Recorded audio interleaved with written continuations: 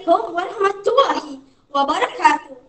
Salam sayangi sekolahku, SKBJ nombor 1 yang berusaha Tuan Guru Besar Encik Zainal bin Ahmad, barisan pentadbir, guru-guru dan seterusnya, rakan sekalian.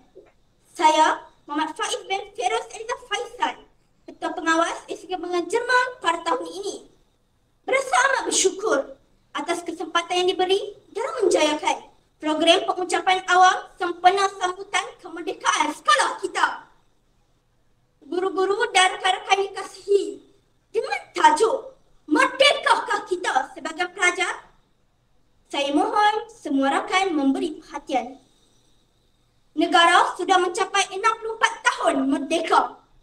Tetapi kita sebagai pelajar, sudahkah merdeka?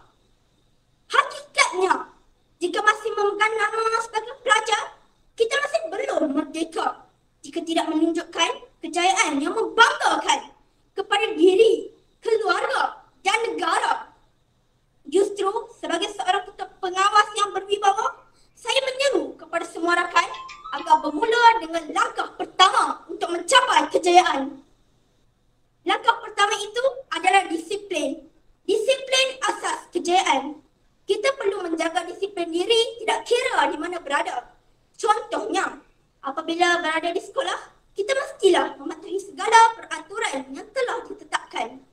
Kedua, berdisiplinlah dalam menyertai segala aktiviti pembelajaran. Misalnya kini, kita menjalankan PDPR di rumah, maka kita mestilah mendisiplinkan diri mengikuti PDPR pada masa yang telah ditetapkan. Ketiga, berdisiplin dalam mengurus masa seharian turut menjadi faktor kejayaan tokoh-tokoh terdahulu. Contohnya, kita hendaklah bijak mengurus masa dalam menyiapkan segala latihan dan kerja rumah yang diberikan oleh guru-guru. Impaknya, jika kita mengamalkan disiplin dalam kehidupan, pastinya kejayaan akan mengiringi kita. Di situlah nanti kita akan menikmati kemerdekaan yang sebenar. Oleh itu, marilah kita menunjukkan semangat kemerdekaan negara pada tahun ini dengan menjadi seorang pelajar yang berdisiplin.